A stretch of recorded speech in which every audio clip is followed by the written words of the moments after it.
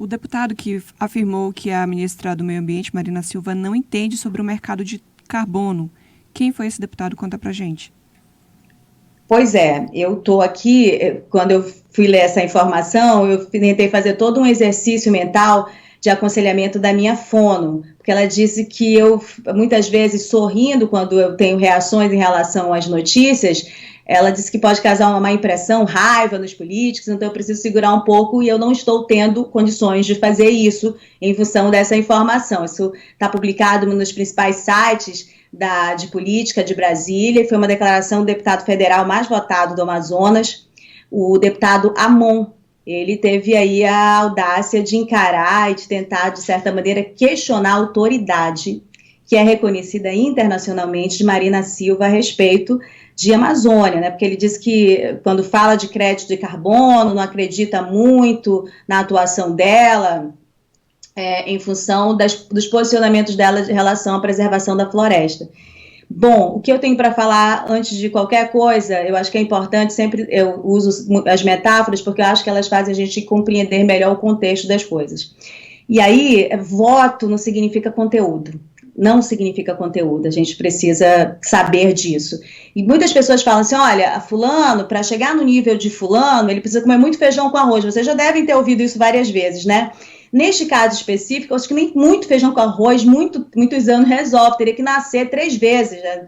Quem acredita em reencarnação, né? Precisa ter 3 vezes para chegar no nível da Marina e ter o conhecimento que a Marina tem hoje e a responsabilidade com que ela trata os assuntos a respeito da Amazônia.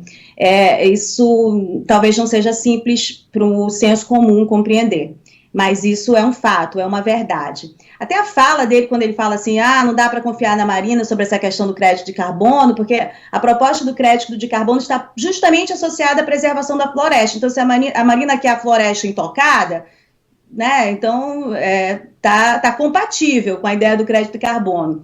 Mas o que eu consigo perceber, assim, primeira coisa, temos de trazer a memória da entrevista da Marina que ela nos deu, Rafael, você deve lembrar, no ano passado.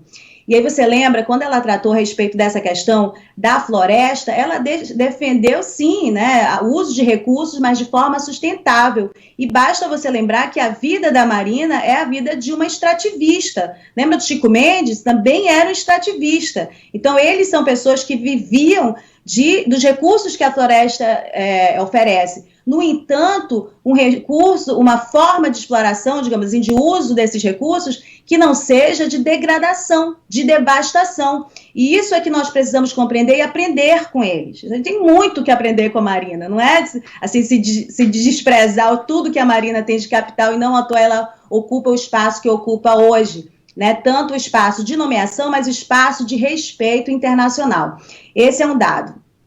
O outro dado é que realmente a gente precisa, em outros espaços, até no Exclusiva, falar um pouco mais do crédito de carbono, porque são assuntos complexos e a gente percebe que o capital também avança sobre essa questão e é preciso que ele seja tratado com parâmetros que, de fato, né, esses recursos favoreçam quem realmente preserva a floresta. Os indígenas, os extrativistas, os ribeirinhos, as pessoas que realmente estão aqui ocupando e dando realmente suas vidas em favor da defesa de um patrimônio que é de todos nós. Então, assim, o capital avançando a respeito disso, eles acabam colocando este recurso de crédito de carbono, né, na conta de pessoas que não estão aqui, de grandes empresários, né? Tem uns termos que eu já ouvi de algumas fontes também que eles falam sobre a grilagem do crédito de carbono.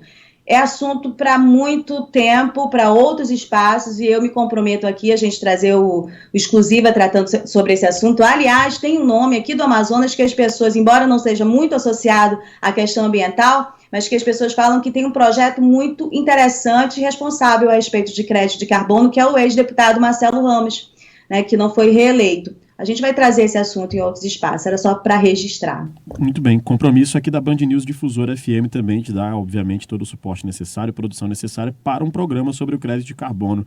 Eu lembro que o crédito de carbono foi muito falado na campanha política também, né? Vamos investir no crédito de carbono, vamos focar no crédito de carbono, nessa última eleição agora para governo do Estado. A gente fez ali aquele pente fino nos planos de governo e muitos citavam o crédito de carbono sem explicar o que é o crédito de carbono.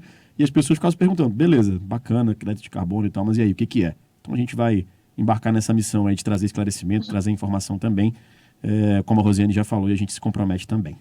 Bom, Rafael, é importante você falar isso, porque assim, quando os dados são tratados de forma superficial, por exemplo, a gente falou do início da semana, quando cai tem um deslizamento de terra lá no Jorge Teixeira, e tanta coisa precisa ser discutida, os parlamentares vão para lá carregar a cesta básica, e acho que é isso que eles têm que fazer, né? Pedir doação.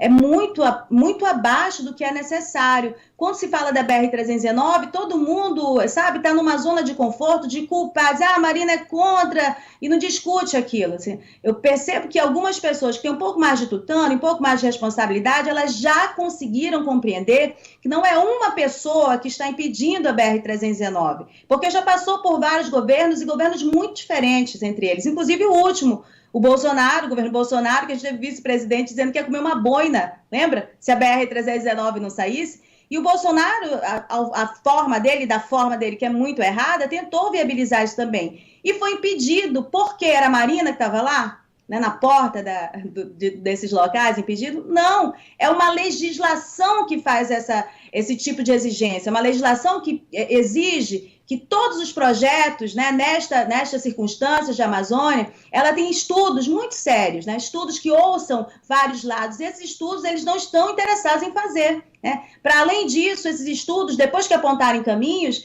eles precisam colocar parâmetros para essas obras. E essas obras precisam respeitar esses estudos e esses parâmetros para preservar essa floresta. E aí tem mais um outro dado. Vamos lá, todo mundo vai respeitar. Cadê a governança, que é justamente o que o presidente do IBAMA falou na entrevista que a gente tratou aqui na coluna também, né, o Rodrigo Agostinho. Adianta ter todas essas regras e dizer assim, olha, não pode derrubar? Estão derrubando a floresta no sul do Amazonas e está acontecendo uma tremenda devastação com danos irreparáveis para o mundo, né, para todo mundo, não é só para quem mora ali, justamente só com a ideia de que pode ter a BR-319. E não tem ninguém lá fiscalizando, muito pelo contrário. Há suspeitas de que as pessoas que são responsáveis pelos órgãos de fiscalização possam estar aí facilitando esses espaços, facilitando a fraude, né, na titulação de terra nesses espaços. Então, é muito complexo, né? Não dá para brincar, né, de tratar sobre esses assuntos e desmerecer todo o capital e conhecimento que a Marina Silva e a responsabilidade que ela tem em relação à Amazônia.